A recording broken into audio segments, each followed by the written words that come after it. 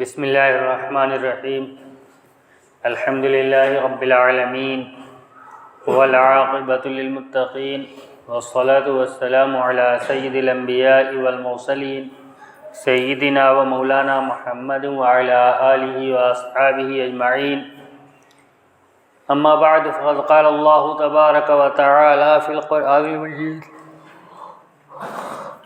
اعوذ باللہ من الشیطان الرجیم بسم اللہ الرحمن الرحیم ان اللہ یأمر بالعدل والاحسان وایتاء ذی القربى وینہی عن الفحشاء والمنکر والبغی یعظکم لعلکم تذکرون۔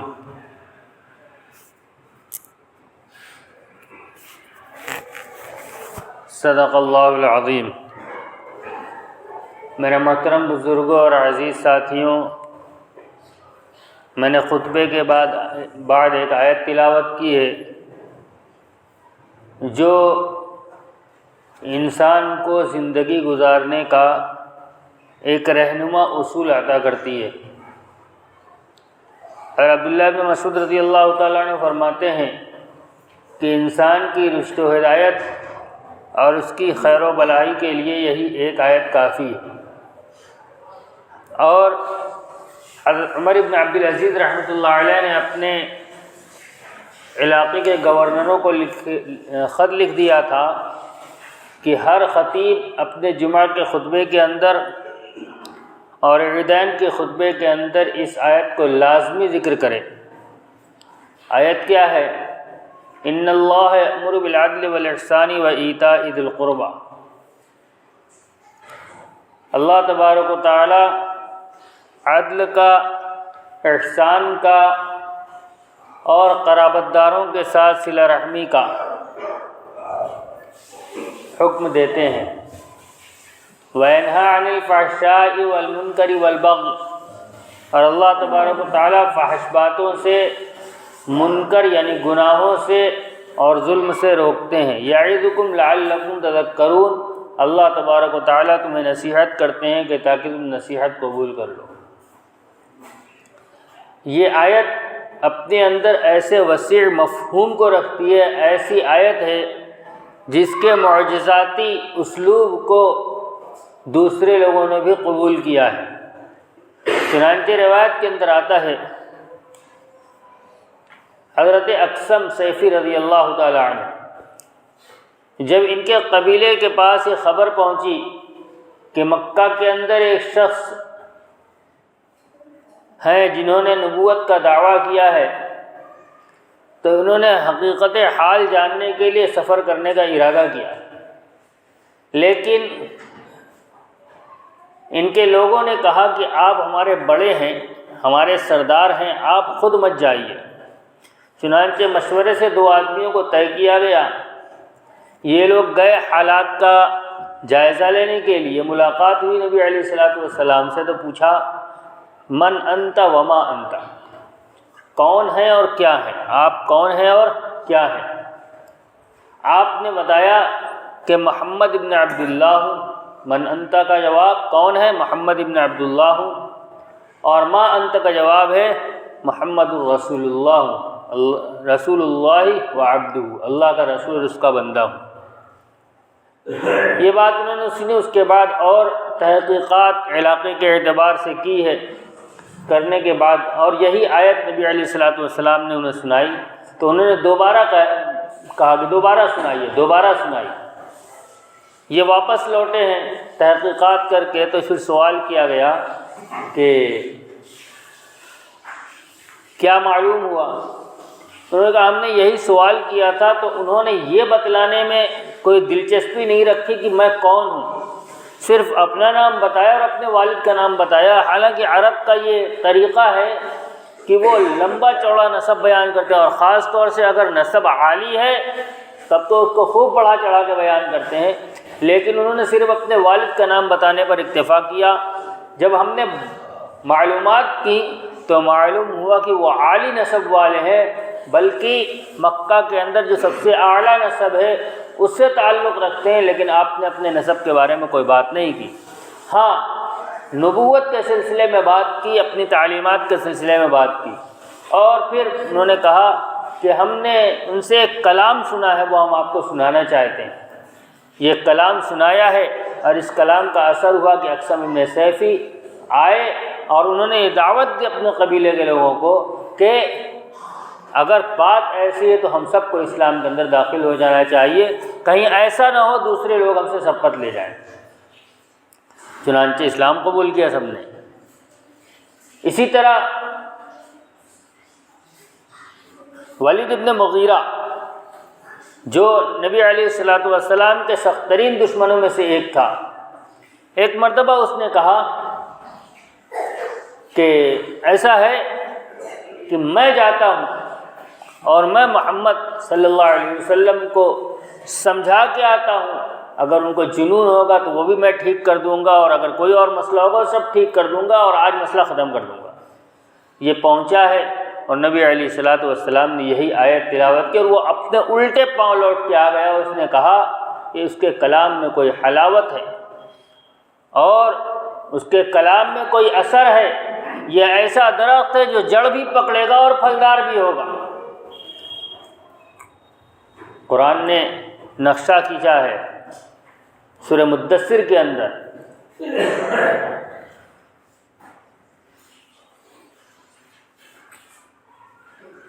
آیا ذہن میں نہیں آ رہے، پورا نقشہ کھینچا ہے کیسے وہ آیا اور کیسے پھر پلٹ کے ڈر کے مارے بھاگا ہے کہ کہیں ایسا نہ ہو کہ اس کے اثر سے میں ہی اسلام قبول کر لوں۔ یہ آیت ایسے معجزاتی اسلوب کے اوپر مبنی ہے، اس کے اندر اللہ تبارک و تعالیٰ نے چند کام کرنے کا حکم دیا ہے اور چند کاموں سے روکا ہے۔ پہلا حکم جو ہے ان اللہ یأمر بالعدل، اللہ تبارک و تعالیٰ تمہیں انصاف کا حکم دیتا ہے۔ انصاف کیا چیز ہے؟ انصاف کا مقابل ظلم ہے۔ انصاف نام ہے ہر چیز کو اس کا حق دے دینا، اس کا نام انصاف ہے، اور کسی کو اس کے حق سے محروم کر دینا اسی کا نام ظلم ہے، جس کو عربی کے اندر جس کی تعریف کی جاتی ہے وضع الشیء فی غیر محلہ، جو چیز جس جگہ کی ہو اس کے علاوہ کسی دوسری جگہ میں رکھ دینا، یہ اس چیز کے ساتھ ظلم ہے۔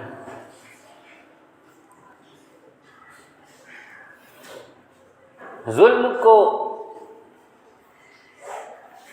اللہ تبارک و تعالیٰ نے بیان فرمایا کہ سب سے بڑا ظلم شرک ہے۔ آیت نازل ہوئی، اللہ تبارک و تعالیٰ نے آیت نازل فرمائی الذین آمنوا ولم یلبسوا ایمانہم بظلم اولئک لہم الامن وہم مہتدون، کہ وہ لوگ جو ایمان لے آئے اور اپنے ایمان کے اندر ظلم کی آمیزش نہیں کی، یہی وہ لوگ ہیں جو امن کے اندر ہوں گے اور یہی وہ لوگ ہیں جو ہدایت کے اوپر ہوں گے۔ جب یہ آیت نازل ہوئی تو صحابہ رضی اللہ تعالی عنہم کے درمیان آپس میں سرگوشی شروع ہوئی کہ ہم میں سے کون ایسا ہے جس نے تھوڑا بہت بھی ظلم نہ کیا، اور زیادتی ہو ہی جاتی ہے، انسان ہے، انسان کی فطرت کے اندر ہے، تو اگر ہم سے زیادتی ہو گئی تو اللہ تبارک و تعالیٰ کے فرمان کے مطابق ہم ہدایت پر نہیں رہیں گے اور ہمیں امان نہیں ملے گا، آخرت میں ہمیں چھٹکارا نہیں ملے گا۔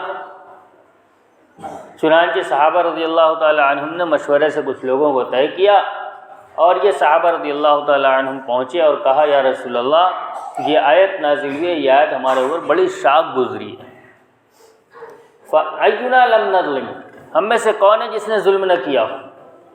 انبیاء کرام علیہ السلام تو معصوم ہے، لیکن امتی اس سے خطا سرزد ہو سکتی ہے۔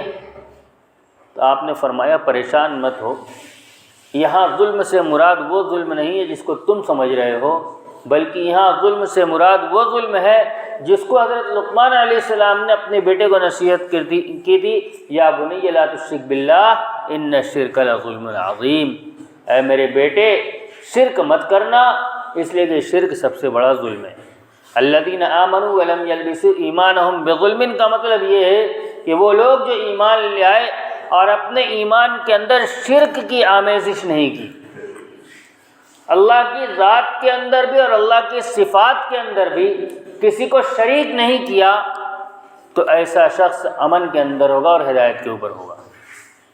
اس سے عملی ظلم مراد نہیں ہے بلکہ اعتقاد کا ظلم مراد ہے۔ صرف یہ مان لینا کہ اللہ ایک ہے اور عبادت کے لائق وہی ہے، اور اس کی صفات کے اندر دوسرے کو شریک کرنا یہ بھی شرک ہے۔ آپ دنیا کے کسی بھی انسان سے پوچھ لیجئے تو وہ ایک بات کے اوپر، جو مذاہب کو ماننے والے لوگ ہیں وہ اس بات پر سب متفق ہیں کہ اللہ ایک ہے۔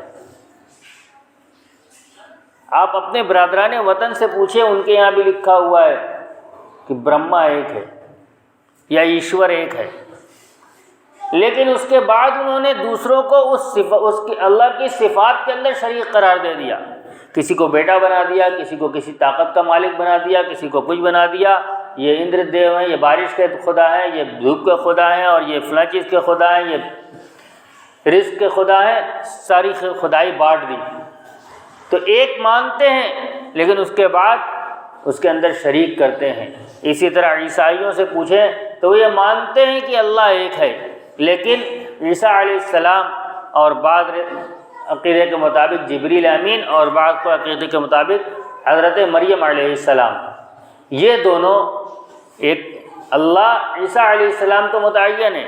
ایک گروہ کہتا ہے کہ تیسرے جو ہیں، جو اللہ کا جز ہیں، یعنی معبود ہونے کا جز ہیں، وہ حضرت جبریل امین ہے، اور ایک گروہ یہ کہتا ہے کہ وہ حضرت مریم ہے۔ لیکن یہ دونوں اس اللہ کے بغیر کچھ نہیں ہے، لہذا اصل وہی ہے، اس نے اپنا نائب بنا کر بھیجا ہے، اپنا بیٹا بھیجا ہے، اپنا نائب بنا کر بھیجا ہے۔ تو اس پر سب کا اتفاق ہے کہ ایک اللہ ہے، لیکن پھر اس کے بعد انہوں نے شریک کیا ہے اللہ کے ساتھ دوسروں کو۔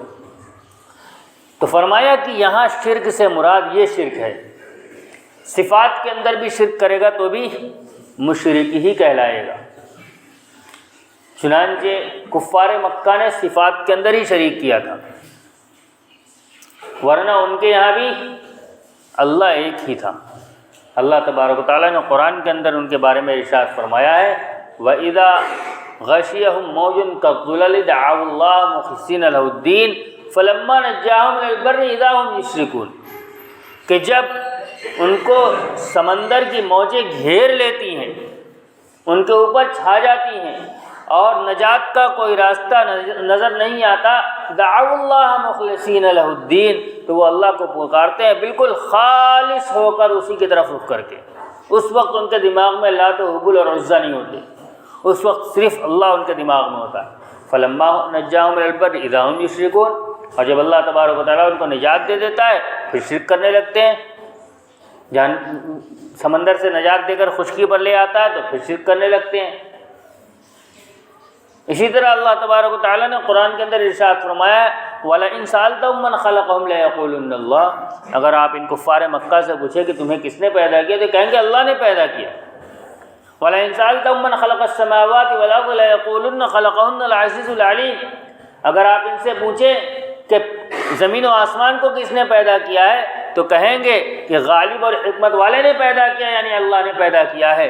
اللہ کو مانتے وہ بھی تھے لیکن اللہ کی صفات کے اندر دوسروں کو شریک کرتے تھے۔ لہذا الذین آمنوا ولم یلبسوا ایمانہم بظلم کا معنی نبی علیہ الصلوۃ والسلام نے بتایا کہ جو اللہ کو ایک ماننے کے بعد اس کے اندر اس کی وحدانیت، اس کی ذات و صفات کے اندر کسی کو شریک نہ کرے، یہ شخص امن کے اندر ہوگا اور ہدایت پر ہوگا۔ جو شرک کر دے گا وہ ہدایت پر نہیں ہوگا۔ تو پہلی ناانصافی یہ ہے، پہلا ظلم یہ ہے کہ اللہ کی ذات کے ساتھ یا اللہ کی صفات کے ساتھ کسی کو شریک کیا جائے، اور عدل کا تقاضا یہ ہے کہ اللہ کو اس کا حق دیا جائے، عبادت کے لائق صرف اللہ کو جانا جائے، اس کی صفات کے اندر اس کو یکتا جانا جائے، اس کی صفات کے اندر اس جیسا کوئی شریک نہیں ہے۔ اسلام نے عدل کی تعلیم دی ہے ہر جگہ کے اوپر، چنانچہ واقعہ لکھا ہے کہ فاطمہ مخزومیہ نے چوری کی، اور یہ تھی اونچے خاندان کی۔ جب وہ آئی ہیں تو ان کے گھر والے سفارش لے کر آ گئے کہ ان کا ہاتھ نہ کاٹا جائے۔ تو آپ نے فرمایا کہ تم فاطمہ کی سفارش کرنے کے لیے آئے، اس لیے کہ اونچے خاندان کی ہے۔ سن لو، اگر فاطمہ بنت محمد صلی اللہ علیہ وسلم بھی چوری کرتی تو میں بھی اس کا ہاتھ کاٹتا، میں انصاف سے پیچھے نہیں ہٹتا۔ انصاف۔ پھر آپ نے فرمایا یہودیوں کا یہی عمل تھا کہ جب ان میں سے کوئی اعلیٰ نسب والا، کوئی اثر و رسوخ والا گناہ کرتا تو اس کی سزا میں تخفیف کر دیتے، اس کی سزا ہلکی کر دیتے، اور جب کوئی ادنا نسب والا، ان میں کا کمزور آدمی جرم کرتا تو پھر اس کے اوپر پوری سزا جاری کر دیتے۔ اسلام میں ایسا نہیں ہوگا، اسلام میں قانون سب کے لیے برابر ہے۔ بادشاہ بھی جرم کرے گا تو بادشاہ بھی اتنا ہی مجرم بنے گا جتنا کہ عوام جرم کرے گی تو وہ مجرم بنے گا۔ لہذا ایک واقعہ لکھا ہوا ہے یہودیوں کا کتابوں کے اندر، حدیث کی کتابوں میں، کہ شریعت کے اندر، اسلام کے اندر زنا کی سزا متعین ہے۔ یہودیوں میں سے ایک مرد اور ایک عورت نے زنا کیا اور اس کے اوپر بینہ قائم ہو گیا، زنا ثابت ہو گیا۔ یہ لوگ آ گئے نبی علیہ الصلوۃ والسلام کے پاس، تو آپ نے فرمایا کہ تمہاری تورات کے اندر بھی ایسا کوئی حکم ہے؟ انہوں نے کہا تورات کے اندر تو حکم بس یہ ہے کہ ہم ایسے لوگوں کو ذلیل کر دیتے ہیں۔ ذلیل کرنے کا مطلب ان کے چہرے پر کالک مل دیتے ہیں، ان کو بازار کے اندر پھراتے ہیں تاکہ سب کو پتہ لگ جائے کہ اس نے یہ غلط کام کیا ہے اور سارے لوگوں میں مشہور ہو جائے، ذلیل ہو جائے۔ عبداللہ بن سلام رضی اللہ تعالیٰ عنہ جو یہودی عالم تھے اور اسلام قبول کر لیا تھا، وہ وہاں موجود تھے۔ انہوں نے کہا جھوٹ بولتے ہو، تورات کے اندر رجم کی آیت موجود ہے سنگسار کرنے کی۔ نہیں ہے، نہیں۔ آپ نے کہا تورات لے کے آؤ۔ تورات آئی تو جب کھولی گئی اور وہ جگہ آئی جہاں پر زنا کی سزا لکھی ہوئی ہے، وہاں ایک شخص نے ہاتھ رکھا اور آگے اور پیچھے کی عبارت پڑھی، کہاں اس میں تو آیت رجم نہیں ہے۔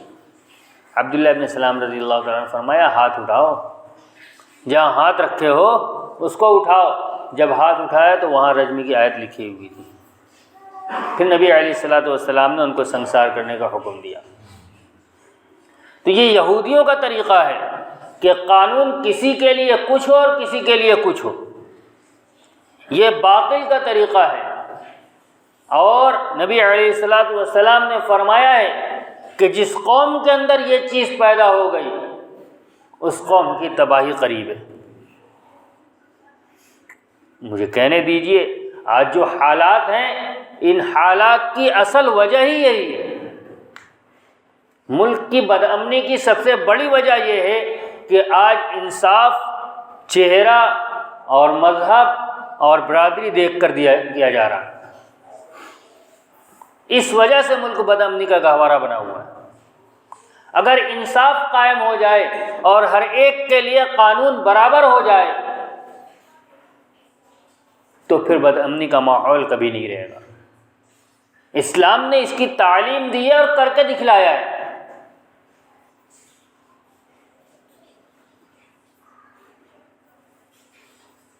ایک واقعہ نبی علیہ الصلوۃ والسلام کے زمانے کے اندر، ایک مرتبہ نبی علیہ الصلوۃ والسلام اپنی مجلس کے اندر بیٹھے ہوئے ہیں، آپ کے ہاتھ کے اندر کھجور کی ایک ٹہنی ہے۔ باتوں باتوں میں، بات کی رو میں ایک صحابی سامنے بیٹھے ہوئے تھے، ان کے بدن کے اوپر صرف نیچے چادر تھی، اوپر چادر نہیں تھی، رنگی بدن تھے، اور بے تکلفانہ آپ نے وہ چھڑی ان کے پیٹھ پہ مار دی اور وہ ذرا زور سے لگ گئی، نشان پڑ گیا۔ نبی علیہ الصلوۃ والسلام کو تنبہ ہوا، آپ نے کہا معاف کر دو۔ انہوں نے کہا نہیں، بدلہ تو لوں گا۔ آج کے زمانے کے اندر یہ کہنا کہ معاف کر دو یہی بہت بڑی بات ہے۔ پھر سامنے والا جو ایک عام انسان ہے، حالات یہ ہیں کہ اس کے پاس بدن پر ڈھانپنے کے لیے دو کپڑے بھی نہیں ہیں، ایک ہی کپڑا ہے، وہ کہتا ہے میں تو بدلہ لوں گا، یہ تو کریلا نیم چڑھا۔ نبی علیہ الصلوۃ والسلام کا انصاف، آپ نے کہا ٹھیک ہے، آپ نے کمر ان کے آگے کر دی، پیٹھ پہ مارا تھا، کمر آگے کر دی آپ نے۔ انہوں نے کہا یا رسول اللہ یہ انصاف نہیں ہے، میری بدن ننگی ہے، آپ کے بدن پہ کپڑا ہے۔ آپ نے اپنا کپڑا اٹھا دیا، آپ نے کپڑا اٹھایا، وہ آپ کی بدن سے لپٹ گئے۔ یا رسول اللہ اس کا کوئی تصور بھی کر سکتا ہے کہ آپ سے بدلہ لے گا؟ میں نے تو یہ چاہا تھا کہ آپ کی بدن ننگی ہو اور میں اپنی بدن کو آپ کی بدن سے ملا لوں، بدلے کا کوئی تصور میرے ذہن کے اندر نہیں تھا۔ لیکن نبی علیہ الصلوۃ والسلام نے دکھلا دیا کہ حاکم وقت ایک ادنا انسان کے اوپر اگر غلطی سے کوئی عمل ہو جائے تو اس کا بدلہ دینے کے لیے تیار ہے۔ یہ انسان کا نظام، اسلام کا نظام عدل ہے کہ حاکم اور رعایا سب برابر ہیں۔ ایک واقعہ حضرت علی رضی اللہ تعالیٰ عنہ کے زمانے کے اندر آیا ہے۔ حضرت علی رضی اللہ تعالیٰ عنہ حاکم وقت ہیں اور آپ نے دارالقضاء کا ذمہ دار بنایا ہے قاضی شریح کو، چیف جسٹس کو کہتے ہیں۔ ایک یہودی کے ہاتھ میں حضرت علی رضی اللہ تعالیٰ عنہ کی زرہ ہے۔ حضرت علی رضی اللہ تعالیٰ عنہ مدعی ہیں کہ یہ زرہ میری ہے۔ آج کے زمانے کے اندر ایسا ہوتا تو کورٹ اٹھ کے دربار میں آتی۔ قاضی شریح نے کہا مقدمہ دارالقضاء کے اندر ہے، آپ وہاں تشریف لائیے۔ حاکم وقت کہہ دے کہ یہ چیز میری ہے، کس کی مجال ہے کہ کہہ دے کہ نہیں آپ کی نہیں ہے۔ مقدمہ پیش کیا گیا، مقدمے کے اندر گواہ کہاں ہیں کہ یہ زرہ آپ کی ہے؟ کا دو گواہ ہیں، ایک حضرت حسن اور ایک میرے غلام عنبر۔ تو قاضی شریح جو ان کے مقرر کردہ قاضی ہیں وہ کہتے ہیں علی رضی اللہ تعالیٰ عنہ سے، امیر المؤمنین باپ کے حق میں جو بیٹا گواہی دے بیٹے کی گواہی قبول نہیں کی جاتی۔ حضرت حسن رضی اللہ تعالیٰ عنہ بہت اعلیٰ درجے کے ہیں، لیکن اسلام کا اصول ہے، شریعت کا اصول ہے کہ بیٹے کی گواہی باپ کے حق میں قبول نہیں ہوگی، اور عنبر آپ کے غلام ہے، غلام کی گواہی آقا کے حق میں قبول نہیں ہوگی۔ آپ یہ ثابت نہیں کر سکے کہ یہ زرہ آپ کی ہے، زرہ یہودی کی ہے۔ یہ کون فیصلہ کر رہا ہے؟ آج کے زمانے میں کہیں تو حکومت، حاکم وقت کا ملازم حاکم وقت کے خلاف فیصلہ کر رہا ہے، حالانکہ گواہی کون دے رہا ہے؟ گواہی شہزادہ دے رہا ہے اور اس کے گھر کا ایک فرد دے رہا ہے، غلام، لیکن اس کے باوجود ساری باتیں رد ہیں۔ انصاف کا تقاضا یہ ہے کہ یہاں طرفداری کی بو محسوس ہو سکتی ہے، لہذا جیسے عام انسانوں کے لیے یہ ہے کہ بیٹے کی گواہی باپ کے حق میں قبول نہیں ہے، امیر المؤمنین کے حق میں بھی قبول نہیں ہے۔ قانون سب کے لیے برابر ہے۔ لیکن اس یہودی کے اوپر یہ اثر ہوا کہ اس نے اسلام قبول کر لیا اس نظام عدل کو دیکھ کر۔ قانون کی نگاہ میں سب برابر ہیں، یہ اسلام کا نظام ہے۔ جب اس چیز کے اوپر انسان آئے گا تو پھر امن اور چین اور سکون امت کے اندر، علاقے کے اندر اور ملک کے اندر آئے گا۔ قرآن نے جہاں اس طرف لوگوں کو راغب کیا ہے کہ انصاف کرو، وہیں ساتھ میں یہ بھی بتلایا ہے کہ دیکھو کسی سے دشمنی کی بنیاد پر اس کے ساتھ عدل کا دامن مت چھوڑ دینا۔ اللہ تبارک و تعالیٰ نے قرآن کے اندر ارشاد فرمایا ہے، یا ایھا الذین آمنوا کونوا قوامین بالقسط شہداء للہ، اے ایمان والو انصاف کے اوپر قائم ہو جاؤ، قائم رہنے والے ہو جاؤ، اس پر ہمیشگی کرنے والے ہو جاؤ، اللہ کے لیے گواہی دینے والے ہو جاؤ۔ لا تکتموا الشہادہ، دوسری جگہ فرمایا شہادت کو چھپاؤ مت۔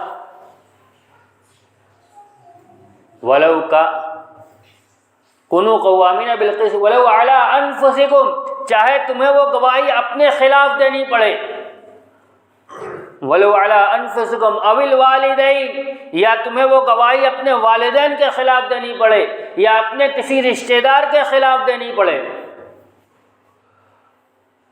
ولا یجرمنکم شنآن قوم، دوسری جگہ فرمایا ولا یجرمنکم شنآن قوم علی الا تعدلوا، کہیں کسی قوم سے دشمنی تمہیں اس کے ساتھ انصاف کرنے سے نہ روک دے۔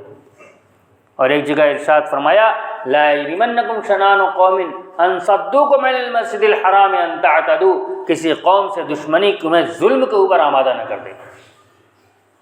اور دونوں جگہ اللہ نے فرمایا کہ اللہ تبارک و تعالیٰ تمہارے اعمال کو دیکھ۔ وَإِن تَلْوُوا أَوْ تُعْرِضُوا، اگر تم زبان، اس کو ہماری زبان میں کہتے ہیں چرب زبانی، زبان کے ذریعے سے اپنے آپ کو بچا کر نکلنا چاہو یا تم حق سے چہرہ پھیرنا چاہو تو اللہ تبارک و تعالیٰ تمہارے اعمال کو دیکھ رہا ہے۔ بات کس کے بارے میں کی جا رہی ہے؟ فیصلہ اس کے حق میں جا رہا ہے جو دشمن ہے۔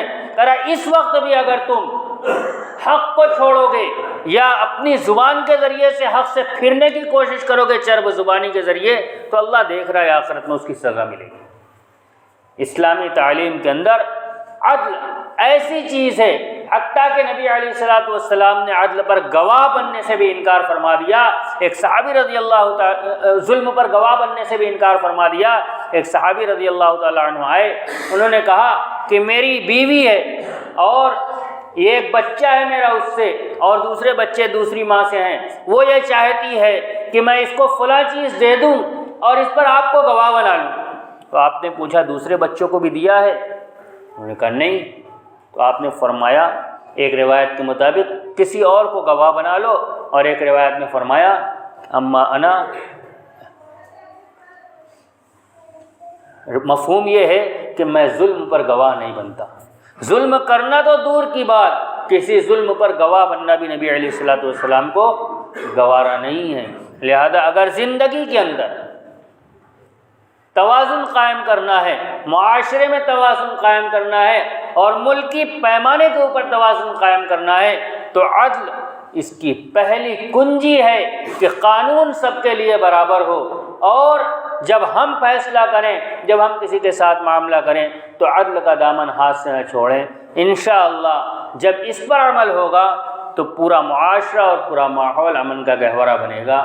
اللہ تبارک و تعالی ہمیں توفیق عطا فرمائے۔ ایک اعلان ہے، جیسا کہ آپ حضرات کے علم میں ہے کہ 7-8 دسمبر آئندہ جمعرات اور جمعہ کو سیرت کانفرنس منعقد ہو رہی ہے بڑی عیدگاہ پرانا پل میں، جس کے اندر ملک کے اکابر علماء اکرام تشریف لا رہے ہیں، خصوصاً حضرت مفتی صاحب مولانا محمود اسعد مدنی، مولانا سید بلال عبدالحی حسنی ندوی، ناظم ندوۃ العلماء لکھنؤ، یہ حضرات اور اس کے علاوہ دوسرے علماء تشریف لا رہے ہیں۔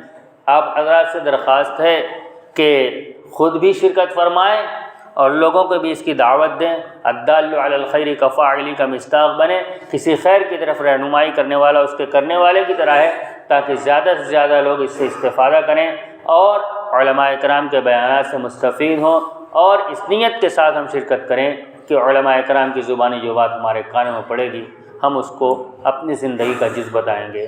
اللہ تبارک و تعالی ہمیں توفیق عطا فرمائے۔ وآخر دعوانا الحمد للہ رب العالمین۔